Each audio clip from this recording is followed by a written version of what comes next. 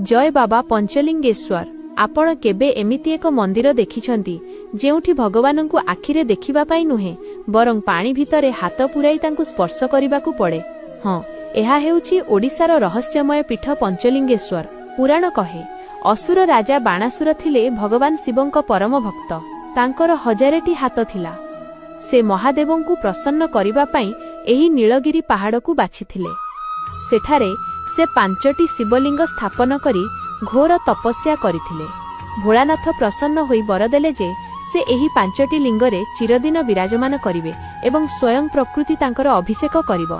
सेही दिनठारु एक अज्ञात प्राकृतिक झरणा वर्ष सारा एही लिंगगुड़िक उपरे अविरत बोही चलीछि। एही 5टी लिंग हेउछंती महादेवंक पंचानन स्वरूप। पहाड़, झरणा एवं भक्तिर एही अपूर्व मिलन ही हेउछि पंचलिंगेश्वर। थरे निश्चय आसंतु एही दिव्य पीठकू, कारण एठाकार शांति आपणकू जीवनर एक नुआ दिग देखाइबो। जदि आपण महादेवंक भक्त तेबे कमेंट रे हर हर महादेव निश्चय लेखंतु एवं एही भिडियोटी को शेयर करी समस्तंकु प्रभुंक महिमा जणांतु।